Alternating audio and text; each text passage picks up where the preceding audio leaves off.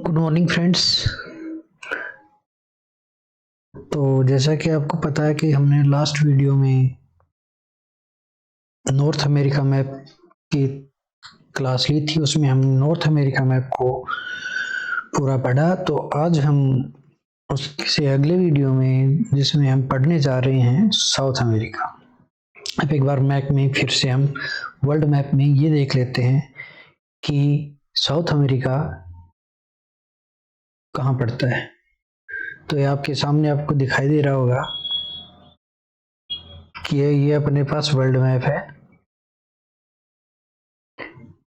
इस मैप में जो हमने लास्ट वीडियो में पढ़ाई है, हमने पढ़ा था ये वाला नॉर्थ अमेरिका, और उसके बाद से हम पढ़ने जा रहे हैं साउथ अमेरिका, ये वाला कॉन्टिनेंट जो कि नॉर्थ अमेरिका के जस्ट नीचे स्थित है। तो सबसे पहले तो हम ये देखते हैं कि नॉर्थ अमेरिका और साउथ अमेरिका दोनों को जोड़ने वाली एक यहाँ पे एक नहर है, उसका नाम क्या है? उसका नाम है पनामा नहर। ये बहुत सारे एग्जामों में पूछा, पनामा नहर। अब हम सबसे पहले देख लेते हैं कि साउथ अमेरिका में कौन कौन से देश कहाँ कहाँ स्थित है। सबसे पहले चलते हैं साउथ अमेरिका के साउथ वाले हिस्से से, नीचे वाले हिस्से से, ईस्ट हिस्से।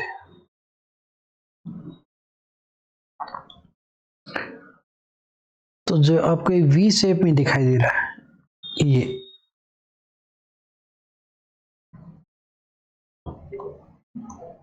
इसको बोलते हैं कैप हॉर्न।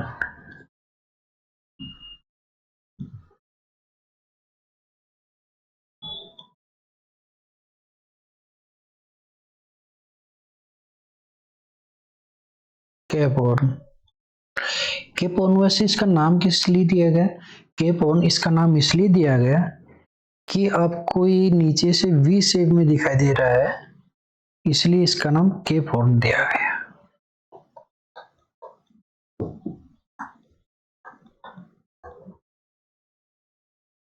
ये वाला है वी शेप में दिखाया है।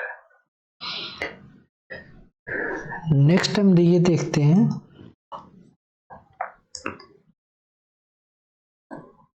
एक इरेज कर देते हैं।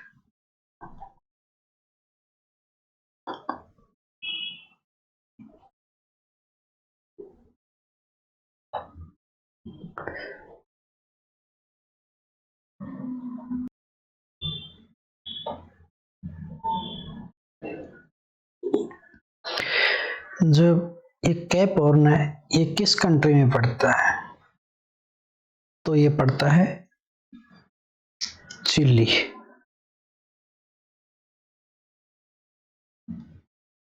काफी एग्जाम में क्वेश्चन हो रहा है कि कैप हॉर्न कौन से देश में पड़ता है, तो उस देश का नाम है चिली।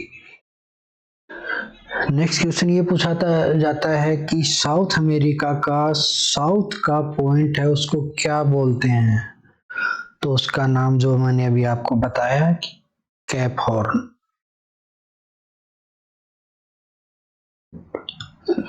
जब सेकंड क्वेश्चन आता है,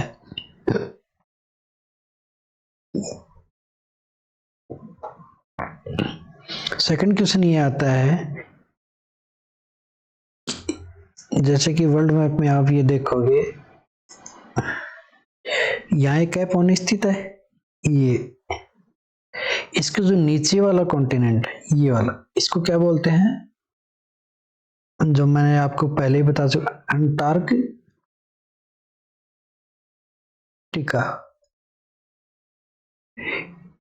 अंटार्कटिका का जो ये हिस्सा है, इसके और कैप ऑन के बीच में जो पानी निकलता है, इसको क्या बोलते हैं? ये भी काफी एग्जाम में, तो इसका नाम है ड्रेक पैसेज। नाम लिख लीजिए इसका।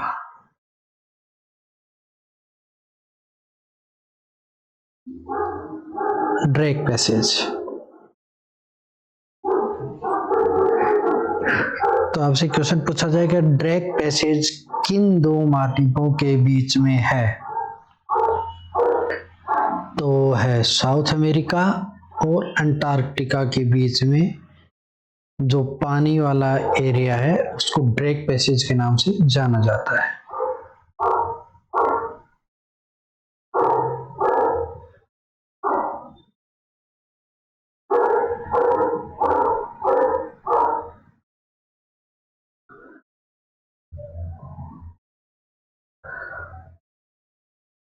अब नेक्स्ट हम देखते हैं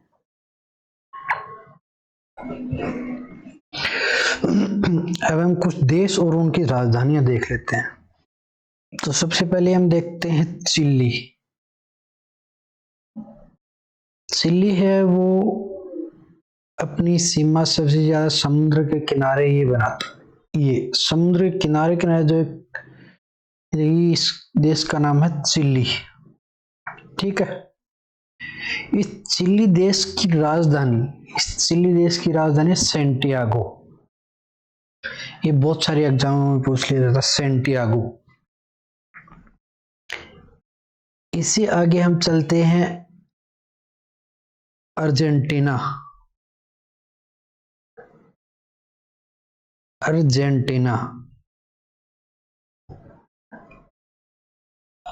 अर्जेंटीना की राजधानी है ब्यूनस आयरिस। ये कॉपी में नोट कर लीजिए, ब्यूनस आयरिस।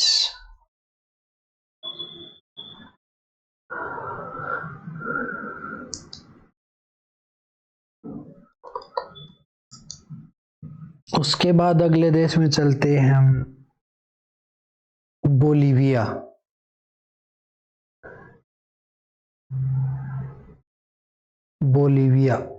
बोलीविया कौन सा है? ये कंट्री बोलीविया।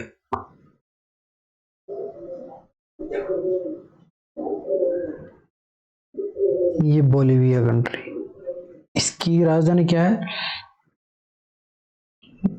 किसी को पता है बोलीविया की राजधानी? बोलीविया की राजधानी है ये लाफा। ये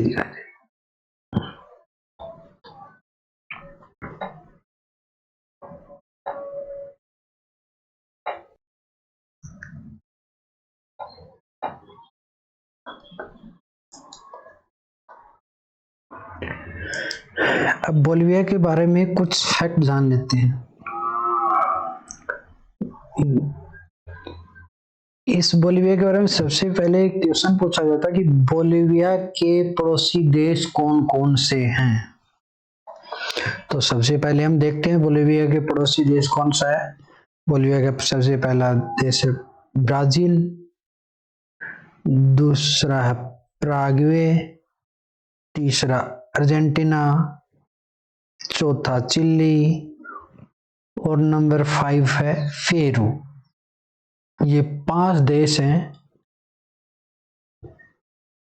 5 देश ऐसे हैं जो बोलीविया के साथ अपनी सीमा साझा करते हैं।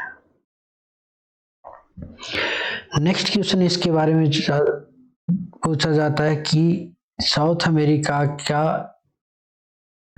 एक ऐसा देश पूछ लेंगे जो लैंडलॉक हो। क्या हो? लैंडलॉक का मतलब जाने तो स्थलरुद्ध यानी कोई ऐसा देश जो चारों तरफ से किसी ना किसी धरती के भूभाग से जुड़ा हुआ हो, यानी ऐसा देश जिसकी कोई भी सीमा समुद्र से ना लगती हो, उस देश को हम स्थलरुद्ध अर्थात लैंडलॉक कंट्री कहलाता है।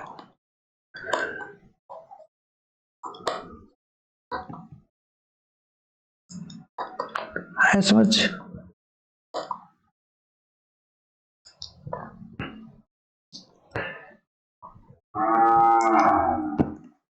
तो ये देश आप देख रहे हो कि इसकी सीमा किसी भी ओर से समुद्र से नहीं लगती है, तो ये देश क्या कहलाता है? स्थलरुद्ध यानी लैंडलॉक कंट्री। ये बहुत सारे एग्जाम पूछा जाता है। इससे आगे हम चलते हैं, देखते हैं। इससे आगे है एक और लैंडलॉक कंट्री जो कि है पराग्वे। छोटा सा देश ही है पराग्वे। पराग्वे की राजधानी क्या है? एसुन्यो। पराग्वे की राजधानी एसुन्यस, SUASUNCIAN, एसुनियन पराग्वे की राजधानी। ये जो आपको स्टार लगा दिख रही है, इसकी राजधानी। ये भी एक लैंडलॉक कंट्री यानी स्थलरुद्ध कंट्री है। अब इस कंट्री के बारे में भी कुछ देख लेते हैं। तो इस कंट्री के बारे में सबसे पहले हम ये देखते हैं कि ये कितने देशों के साथ सीमा साझा करता है। पराग्वे पहला करता है ब्राजील के साथ, दूसरा करता है अर्जेंटीना के साथ, तीसरा करता है बोलिविया के साथ। क्या ये उरुग्वे के साथ भी करता है? नहीं, ये उरुग्वे के साथ अपनी सीमा साझा नहीं करता है। अर्थात पराग्वे एक ऐसा कंट्री है जो 3 देशों के साथ सीमा साझा करता है। नेक्स्ट क्वेश्चन एक ऐसा आता है कि साउथ अमेरिका में ऐसे कौन कौन से कंट्री हैं जो स्थलरुद्ध हैं? तो साउथ अमेरिका में ऐसे 2 ही कंट्री हैं जो स्थलरुद्ध हैं। वो कौन कौन सी कंट्री हैं?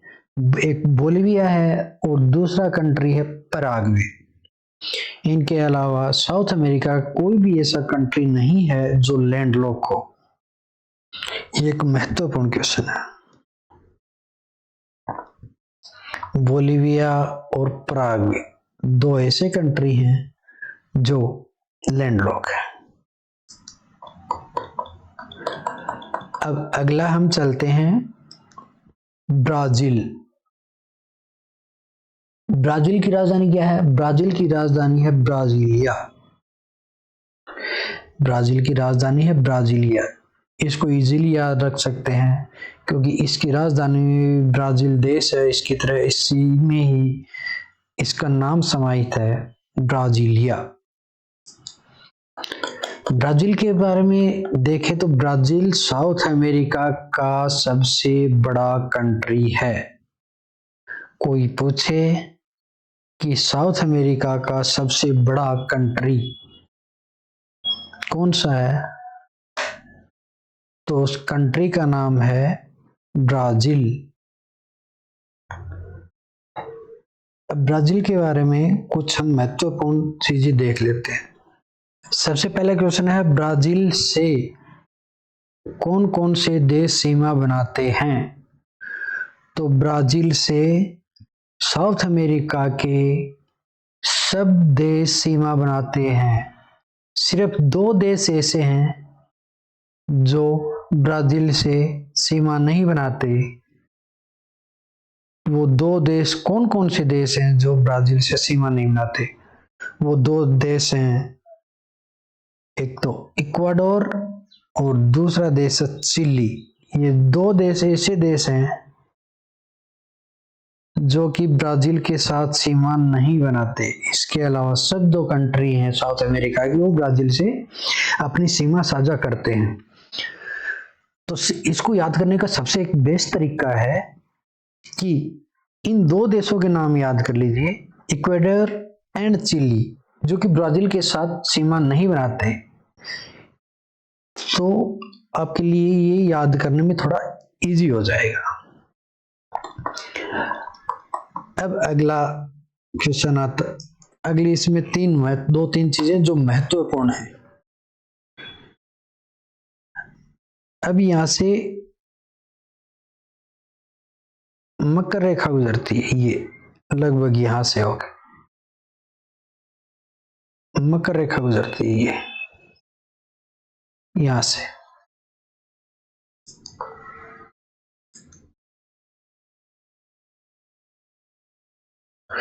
तो यहां आप 3 पॉइंट याद कर लीजिए। एक पॉइंट तो ये है यहां से, एक पॉइंट ये यहां, दूसरा नंबर पॉइंट, तीसरा नंबर पॉइंट है ये तीनों पॉइंट अपनी एक खास विशेषता रखते हैं। इस पहले का नाम है रियो डी जेनेरियो, कभी सुना हो तो, रियो डी जेनेरियो, जो कि ब्राजील का एक बंदरगाह है, समुद्र के किनारे स्थित है। इस रियो डी जेनेरियो के बारे में सुना होगा कि यहाँ पे ओलंपिक और कॉमनवेल्थ गेम भी होते हैं। सेकंड, यहाँ एक बीच है, कहाँ, इसी के पास, रियो डी जेनेरियो के पास। उस द्वीप का नाम काफी एग्जाम में पूछा जाता है। उस द्वीप का नाम है कोपा कैवियाना बीच, कोपा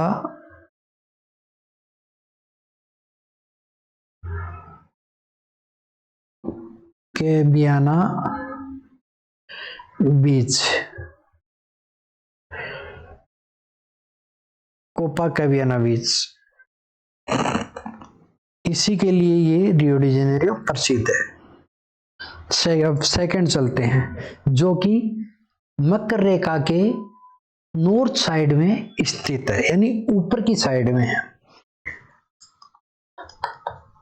अब सेकंड देखते हैं कि सेकंड पॉइंट है, ये रही मकर रेखा। सेकंड पॉइंट है जो कि ये मकर रेखा के ऊपर ही है, इसका नाम है साओ पालो।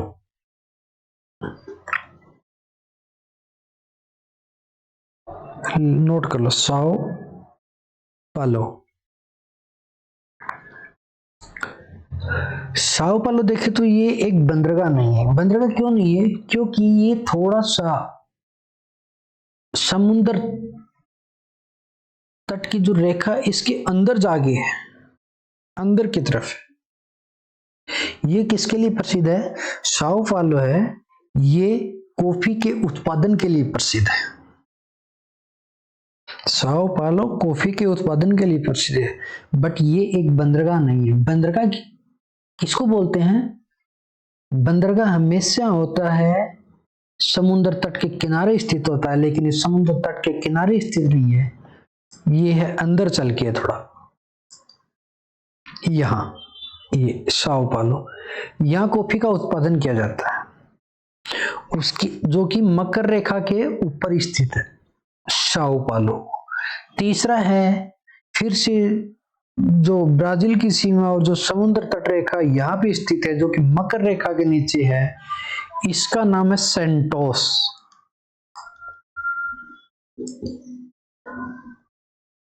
इसका नाम है सेंटोस। सेंटोस के बारे में देखें तो सेंटोस भी एक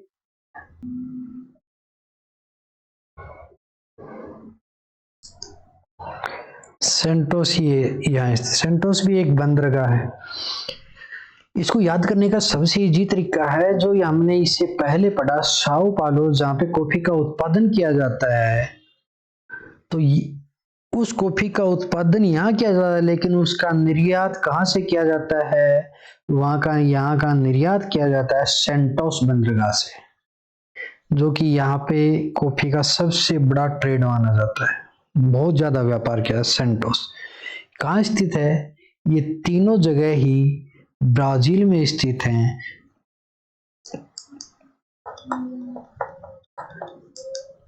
पहली मकर रेखा के ऊपर रियो डी जेनेरियो समुद्र तट के किनारे ये बंदरगाह है। दूसरा है मकर रेखा के नीचे की, जैसे सेंटोस बंदरगाह, ये दो बंदरगाह हैं। बल्कि तीसरा जो मकर रेखा के ऊपर स्थित है साओ पालो, जो कॉफी उत्पादन किया जाता है इसका, और इसको निर्यात किससे किया जाता है? इसको निर्यात किया जाता है सेंटोस बंदरगाह से। तो ये ब्राजील में ये चीजें याद करने लायक है। नेक्स्ट चलते हैं हम कि ये आप नीचे, फिर से नीचे की साइड में चलते हैं हम।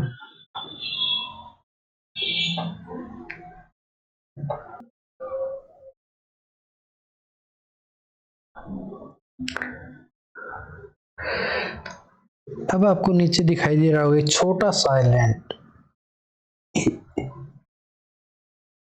इस आइलैंड का नाम है फोकलैंड आइलैंड। क्या नाम है?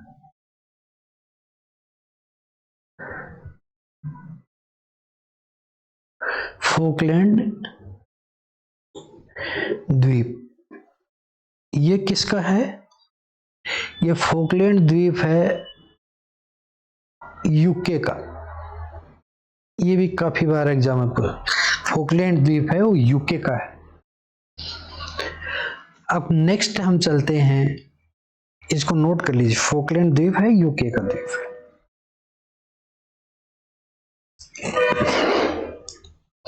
अब नेक्स्ट चलते हैं, मैं आपको दिखाता हूं ये एक ट्रायंगल बना के।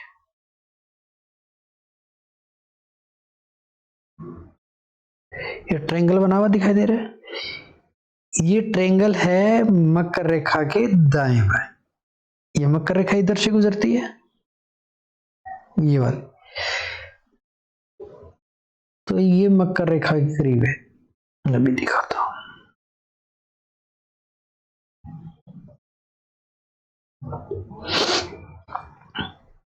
तो जो मैंने ट्रायंगल क्यों बनाया है, इस ट्रायंगल का नाम है, क्या नाम है?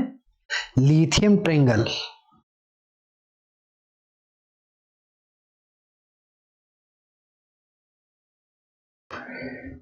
लिथियम।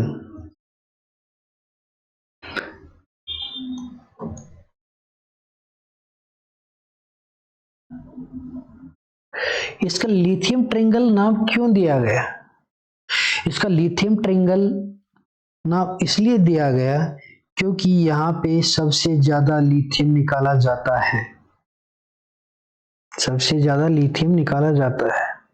अब लिथियम निकाला जाता है, लेकिन ये किस किस कंट्री में है? तो इसको हम देखें तो ये बोलिविया, अर्जेंटीना और चिली, ये तीनों देशों को, इसलिए इसको लिथियम ट्रायंगल नाम दिया है, ऐसे करके। तो इसको हम याद रखने के लिए सबसे बेस्ट है, इसको ऐसे कर लें, ए बी सी। ए से अर्जेंटीना कर दो, बी से बोलिविया और सी से चिली।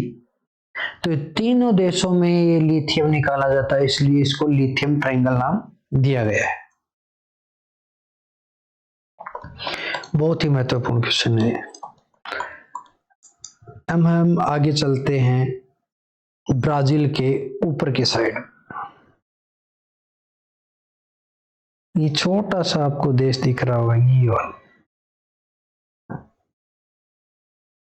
इसका नाम है फ्रेंच गुयाना।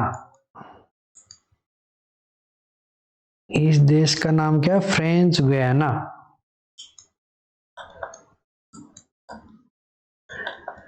फ्रेंच गुयाना, इसकी राजधानी है कायने। फ्रेंच गुयाना की राजधानी है कायने।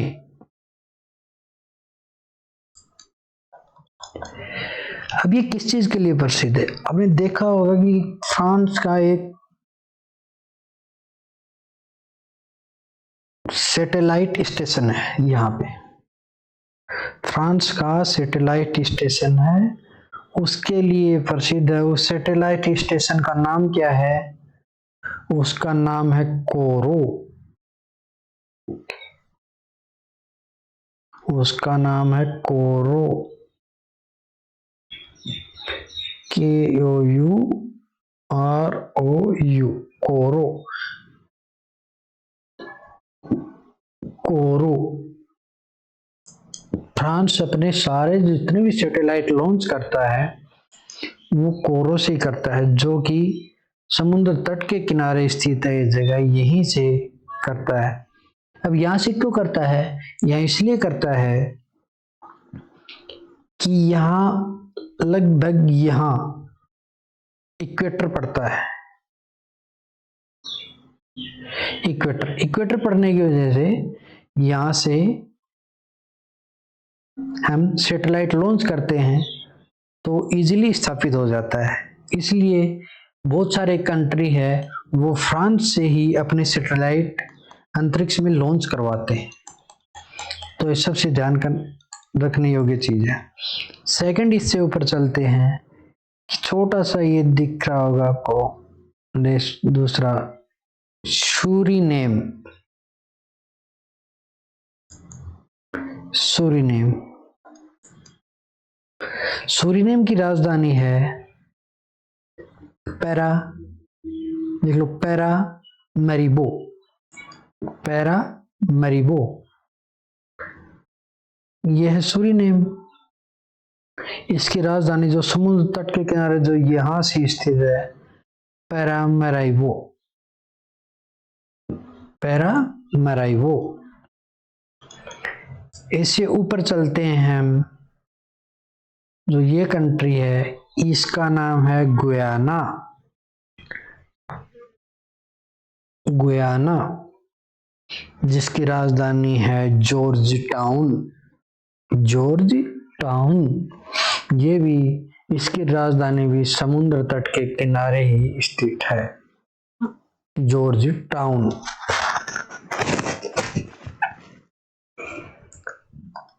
तो इसको याद करने के लिए सबसे इजी है, इसको सैटेलाइट के नाम से याद रख लो। बीच में फिर सूरीनेम आ गया, उससे आगे जो फ्रेंच गुयाना है ये, इसमें सिर्फ GUIAN है इसमें, और सिर्फ इसमें गुयाना YANA। इस तरीके से हम इन तीनों देशों को याद करने का एक इजी तरीका है, इन तीनों देशों को। अब उससे आगे हम चलते हैं अगले कंट्री में, वेनेजुएला। वेनेजुएला को हम ऐसे याद रखते हैं, वी से याद रख सकते हैं, इसकी शेप के हिसाब से ही वी। वेनेजुएला की राजधानी है काराकस, जो कि समुद्र तट के किनारे स्थित है, काराकस।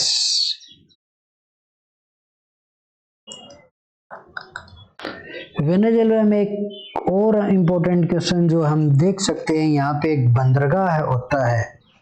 कहाँ? यहाँ से एक बंदरगाह है, उस बंदरगाह का नाम है मराकाइबो बंदरगाह। क्या नाम है? मराकाइबो बंदरगाह। ये मराकाइबो बंदरगाह किसके लिए प्रसिद्ध है? ये है क्रूड ऑयल के लिए प्रसिद्ध है। क्रूड ऑयल के लिए प्रसिद्ध है मराकाइबो बंदरगाह, क्रूड ऑयल के लिए प्रसिद्ध है। ये क्वेश्चन भी बहुत सारे एग्जामों में पूछा जा चुका कि मराकाइबो बंदरगाह किस देश में स्थित है, तो वेनेजुएला में स्थित है। और किसके लिए प्रसिद्ध है? तो हम देख सकते हैं कि क्रूड ऑयल के लिए प्रसिद्ध है। तो आज की क्लास हम यहीं पे ख़त्म करते हैं। इसके कुछ बचे हुए है वो अगले वीडियो में देखेंगे। तो वीडियो अच्छा लगा हो तो लाइक करना, सब्सक्राइब करना और शेयर करना ना भूलें।